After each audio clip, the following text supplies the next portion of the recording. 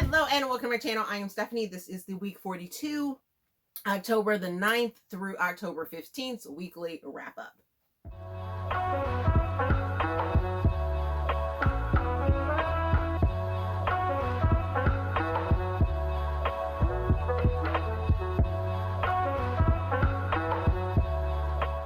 As I said, this is the weekly wrap up, and this week was day free.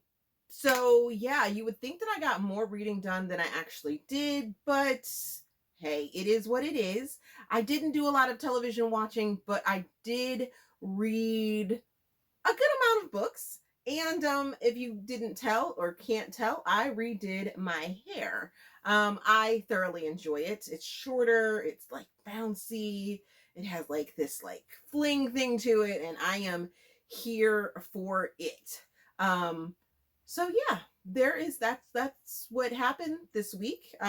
If you watched the vlog, then you would have saw that kiddo smashed his 500 freestyle by dropping a whopping almost 13 seconds, which is like superb, amazing. That whole weekend was absolutely great because he smashed and is like pulling some big time drops, which is awesome. He did end up injuring himself this week, and we have a sprained ankle that we're nursing back to health. But other than that, yeah, I have some book mail. I have book mail, guys. Ooh. Woo. Okay. Not doing the hair. So this is the book mail that I got. Also T-mail. The only thing wrong with this hair is that it flips into my face, and I can't do anything about that. So let's just jump right into the book mail. Pretty sure this is bought for myself. Had to get, yes, a finished copy of Runaway Groomsman by Meghan Quinn, which is what you guys will be hearing about this book. Yeah, there's some feelings there. There's feelings. So I got a finished copy of that because if you didn't know, I got this art copy from a Polycon. So I now have two copies. Yeah. But this is an advanced copy. And this is the finished copy. So they look the same. They didn't change very much. Next up.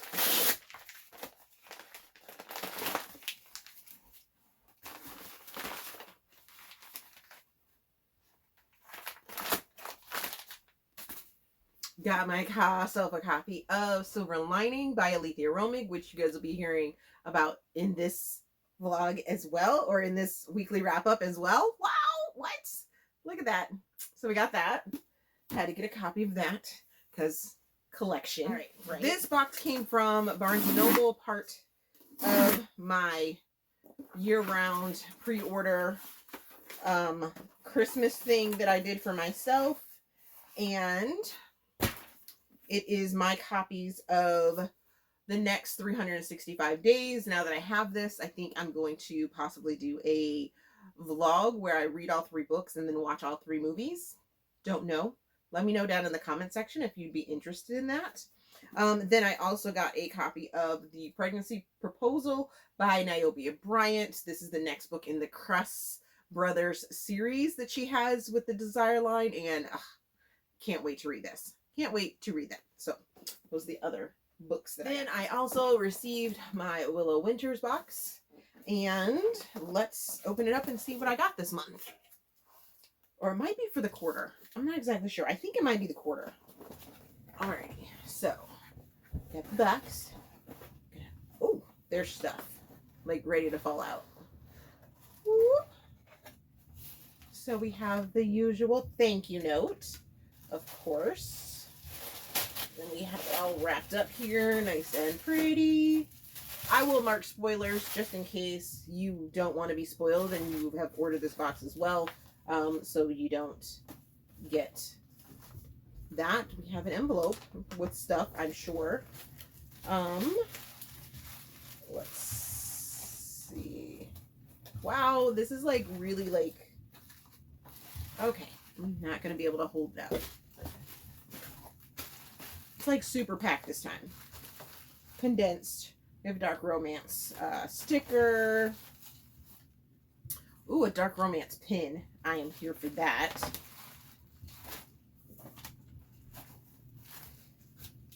Oh, we got another enamel pin. We have the Fated Mates enamel pin.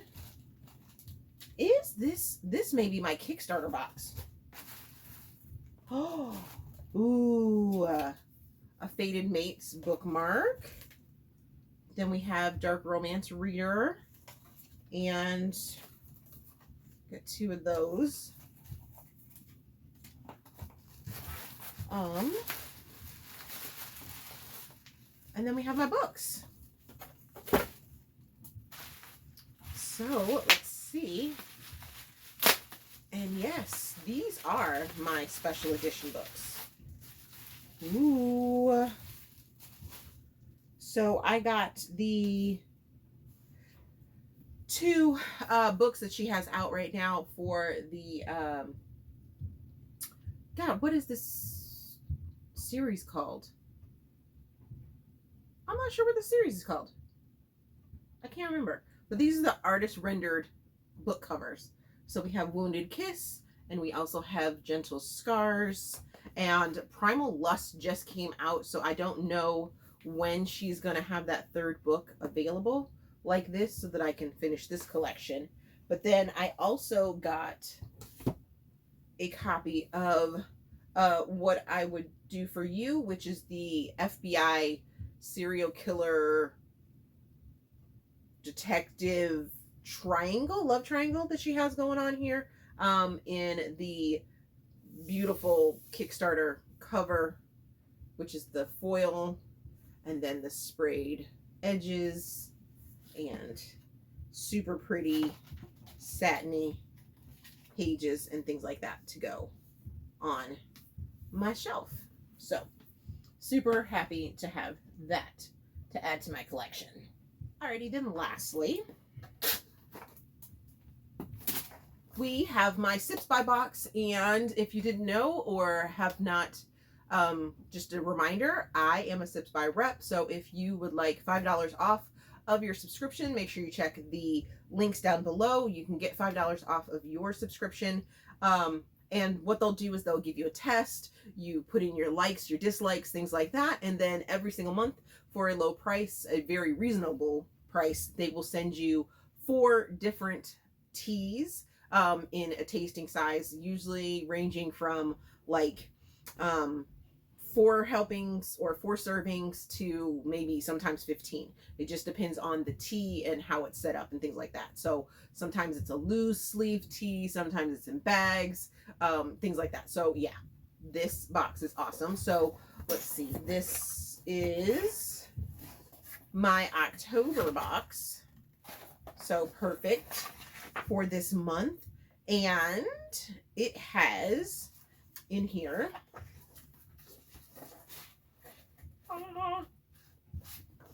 for this month, I have a strawberry orange peach tea from Nelson's Tea. Then I also have a apple cinnamon coffee cake black tea from Simpson and Vale. Then I have a pomegranate mojito tea from Zesty, which is the one you see up here. And then we have Beekeeper's Gray, which is from Beach House Teas. And like I said, all the instructions are on here, and I just love these tea bags and servings and things like that. So I hope that you'll check that out. Alrighty, let's get into the books that I did read last week. Starting it off, I read Alessandro DeLuca, which is Savage Bloodline book number 6 in the collection that I am reading. This one is by Cassie Venaro. Interracial mafia. Giving it 4 stars, giving it 3.5 Steam fans. Had it as an ebook. Also picked it out through KU so that I could follow along with the collection, because what I was finding was that the stories in KU that are now available are sometimes different than what was the story that was in the collection. A lot of the times I'm finding that the authors have added extra material to the books that are now available in KU. So following along and tracking that way is the best way for me to get all of the information and a full-fledged story. Not saying that the story that's in the collection isn't a full-fledged story, because a lot of the times they are full-fledged stories in the collection, but it's just an added extra to pull the story out of KU and follow along, because yeah. By the way, guys, my eyes have been bothering me. I forgot to tell you guys that in the lifestyle portion, but my eyes have been bothering me. So if I'm squinting or moving up because my journal is up there, yeah, it's thing because I can't see. So this book follows Alessandro and Zara. Alessandro is the Atlanta boss for the DeLucas, and something ends up happening. Zara ends up involved in a bombing of Alessandro's restaurant, and he ends up finding a little girl that happens to be Zara's daughter. And when, after the bombing happens, Alessandro takes the daughter that was protected into sort of under his wing, into his custody, starts treating her as his own, and Zara is thought to have been dead. So we get to find out what happens when things are not as they seem. Zara actually is not dead, and she makes some moves and things like that to get sort of revenge, because she thinks that because she was in Alessandro's restaurant that the hit was meant for him, and he's the one that ended up destroying her family, and things like that. So you get to see that whole dynamic of the two of them sort of becoming into each other's orbit again. This does actually take place in Italy this time, and we were here for it. There were some things. What were their things?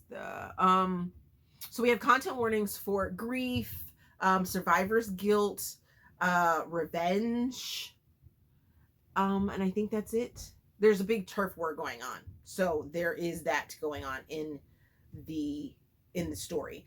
I was missing sort of the connection between Alessandro DeLuca as in turn with Enzo to the overall arc of the DeLucas that I have been reading, but in some ways they sort of Cassie sort of explained it by saying that he was a cousin in the DeLuca family.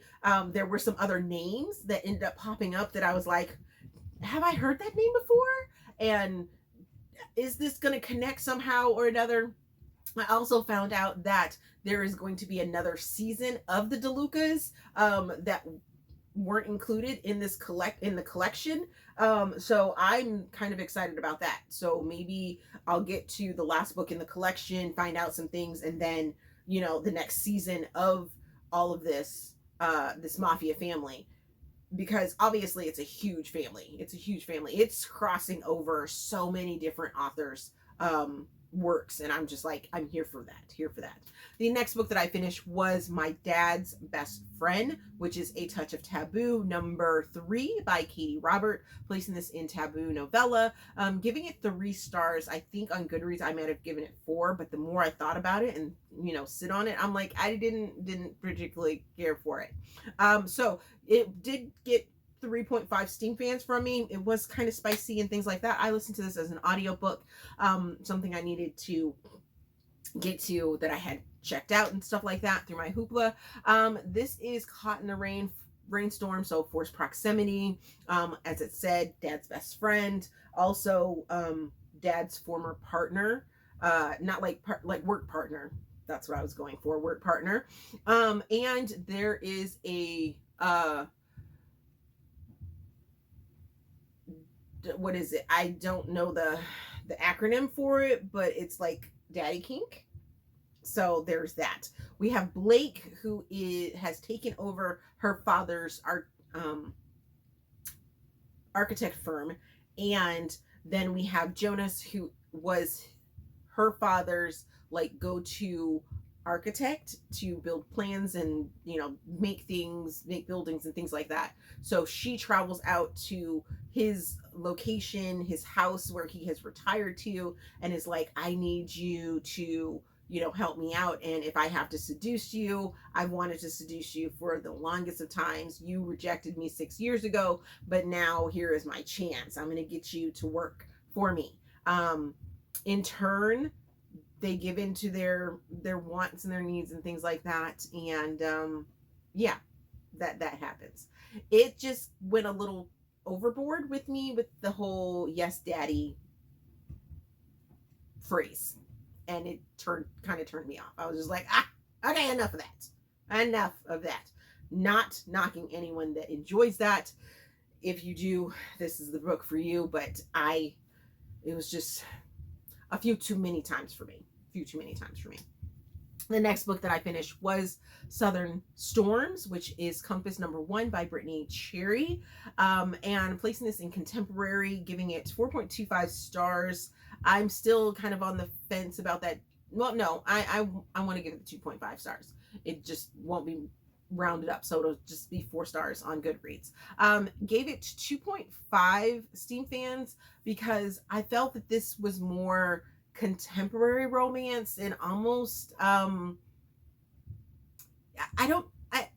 the best I can say is contemporary romance, because I wasn't necessarily feeling the connection between Jax and Kennedy. I felt like we were getting 2 trauma stories, 2 people overcoming the traumas that they had in their lives individually, and they just so happened to have met when they were kids, and then they lost touch, and then there's this huge secret and things like that.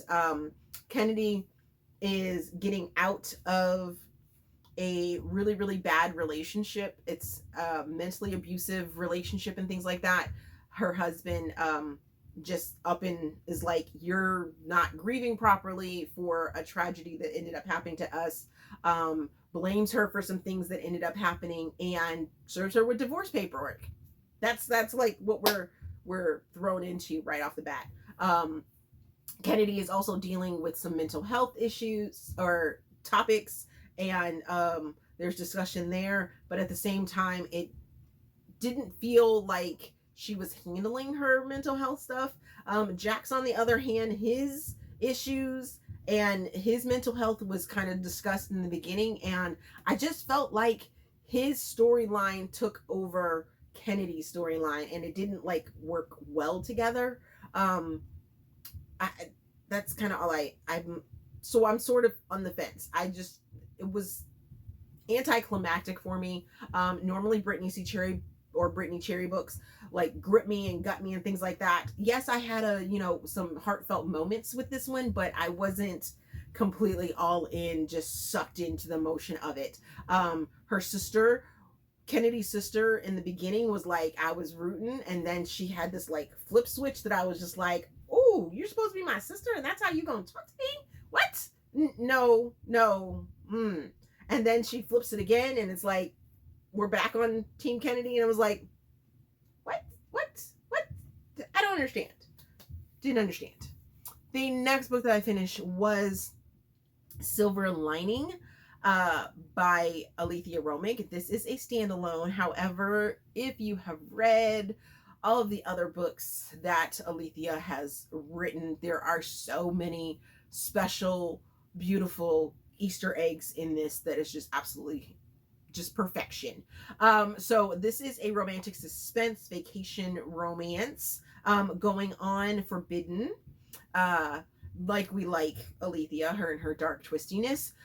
Giving it 5 stars, giving it 3.5 Steam Fans, if I'm not mistaken. Or maybe it's just 3 Steam Fans. Had this as an ARC, but it has been released, so you guys can go read it. As you saw, I have a copy of it already. And like I said, it's a vacation romance. We have Lena, who is this boss bitch, and her security team finally gets her to take a vacation because there are some weird things happening. She has a stalker, and they are trying to figure out why she's being stalked, who is stalking her, things like that. So they encourage her to take a vacation. On this vacation, she meets this guy named CJ, and they end up spending the week together.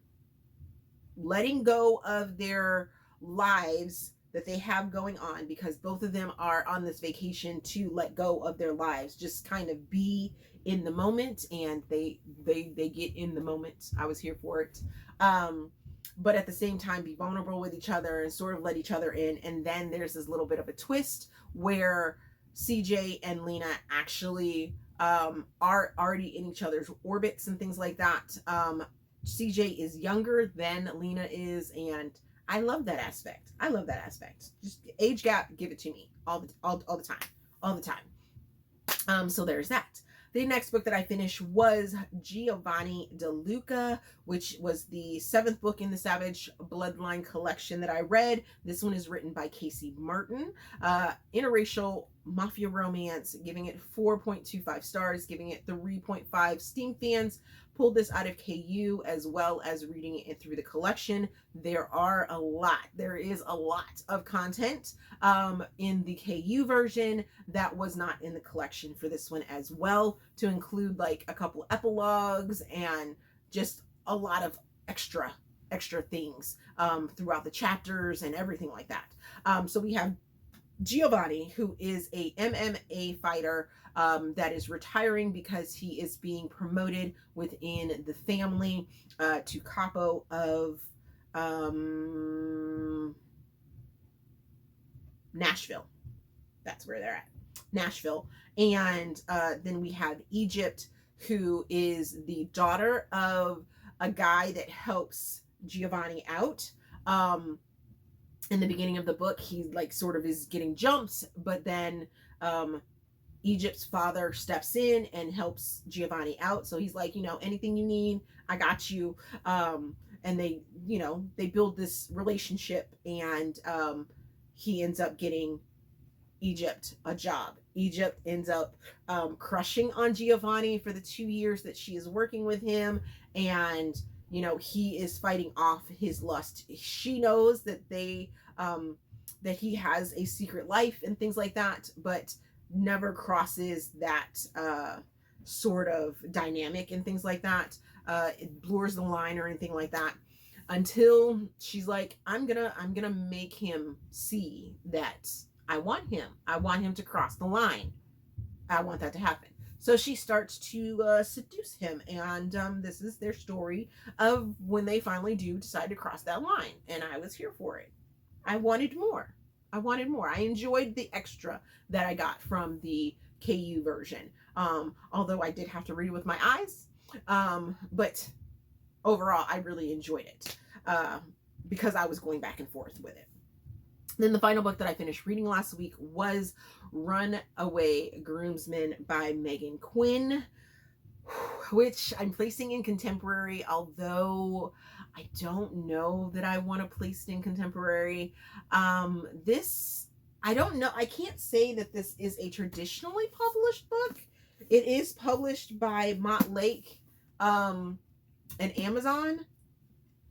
So I've been finding this issue lately that I am not a fan of my indie authors that decide to write in traditional ways. I, in some ways, feel like they lose their goodness. And I definitely think this book missed the mark for Meghan. Yeah, so I'm giving it 2.5 stars, giving it 2 Steam fans. Had it as an ARC, but then got it as an audiobook so that I could listen to it. As you saw, it's been released. So there are content warnings for elderly care, Alzheimer's, cheating, love triangle.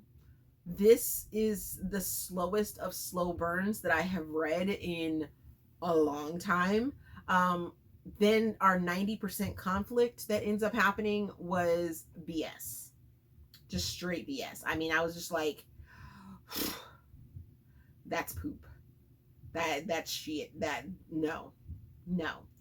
By the time we got to the conflict, I wanted to like throw the book anyways. It just did not hold my interest. And it's not even like it's a short It's not even like it's a super long Meghan Quinn book. It's just under 500 pages, which Meghan Quinn, let's see, this is her other last release.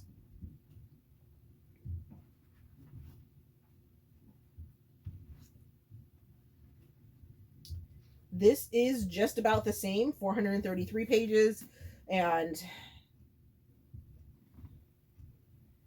this is about 10 pages more, 443, something like that. But like they're about the same, but this one was so much sexier. Just it had the sex. This one did not have the sexiness. It was a slow burn and it didn't hold my attention, and I just really kind of wanted it to be over with. So premise of the story is that we have this Hollywood screenwriter, director. Oh, he's just a screenwriter. Okay, Hollywood screenwriter known for writing romances, things like that. His ex-fiance ends up marrying his best friend, and it was all written into a movie, and the movie house wanted them to go through with their friendship, and during the wedding he's like, I can't do it anymore, and pretty much has a runaway bride, except for it's a runaway groomsman situation. He runs out, he's flipping him off. That was super funny in the beginning and things like that, but then where he ends up landing is this off the beaten path in the mountains, rundown sort of cabin situation. Not cabin, resort. Yeah, it's like they're like cabins. And he finds that he runs into a woman that he had one date with, but at the same time that he forgets that he had a date with that one woman, and she was like offended by that. Then we have like a side couple thing going on with her best friend, his brother end up together somehow or another. And the issue at the 90% mark deals with the best friend, and at the same time I'm like, best friend, what are you doing? What are you doing? And how did you not know that you were culpable for the things that ended up happening?